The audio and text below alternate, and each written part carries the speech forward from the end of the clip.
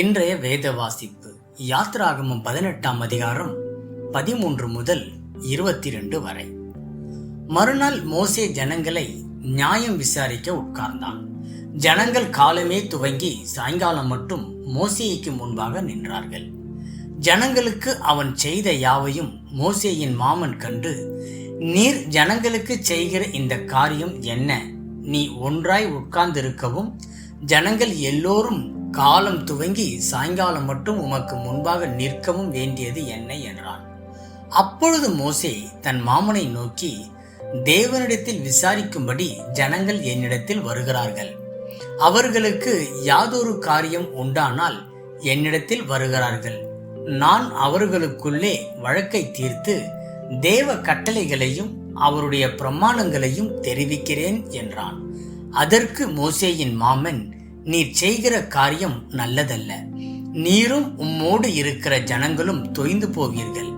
இது உமக்கு மிகவும் பாரமான காரியம்.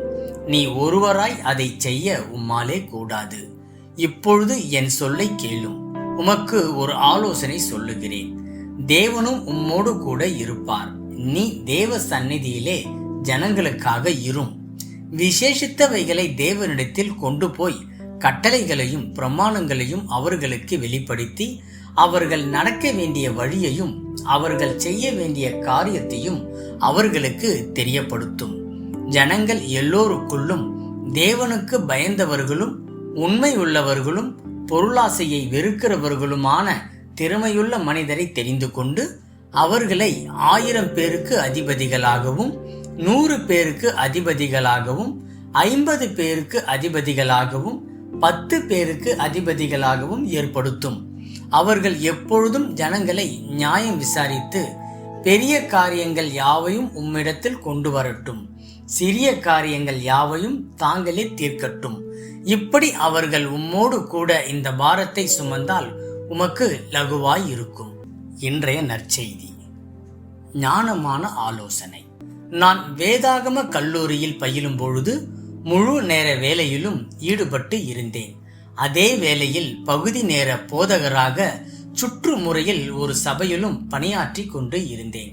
நான் பரபரப்பாக இருந்தேன். என் தந்தை என்னை சந்தித்த பொழுது, நீ முடங்கி விடுவாய் என்றார். அவர் அந்த காலத்தை சேர்ந்தவர் என்றும் இலக்கை நிர்ணயிப்பதை குறித்து அறியாதவர் என்றும் எண்ணி அவர் எச்சரிப்பை உதறி தள்ளினேன். நான் முடங்கவில்லை. ஆனால் கடும் வறட்சியான கடினமான காலகட்டத்தில் மன அழுத்தத்தில் விழுந்தேன். அன்றிலிருந்து எச்சரிப்புகளுக்கு செவிசாய்க்க கற்றுக்கொண்டேன். குறிப்பாக என்னை நேசிக்கிறவர்களிடம் இருந்து அது வரும்பொழுது அவற்றை கவனமாக கேட்பேன். அது எனக்கு மோசேயின் சம்பவத்தை நினைப்பூட்டுகிறது. அவர் இஸ்ரவேலின் நியாயாதிபதியாக விடாமுயற்சியுடன் பணியாற்றி கொண்டு இருந்தார்.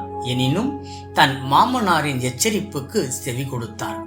எத்திரோ செய்வதற்கு அநேக வேலைகள் அவருக்கு இல்லை. ஆனால் அவர் மோசேயையும் அவனுடைய குடும்பத்தையும் நேசித்ததால் வரப்போகும் பிரச்சனையை முன்னறிந்தார். ஒருவேளை மோசே எத்திரோக்கு செவிசாய்த்து அவர் ஆலோசனையை கேட்க இதுவும் காரணமாய் இருக்கலாம். மோசே சிறிய பிரச்சனைகளை தீர்க்க ஜனங்களுக்குள் விசேஷித்தவர்களை தெரிந்து கொண்டு பெரிய பிரச்சனைகளை தானே கையாளுகிறார்.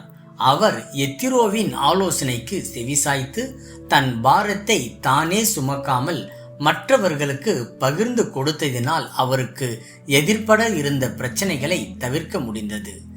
தேவனுக்கு செய்யும் ஊழியமோ அல்லது குடும்ப காரியங்களோ அல்லது மற்ற காரியங்களை செய்வதற்கு இன்று நம்மில் அநேகர் ஆர்வம் காண்பிக்கிறோம்.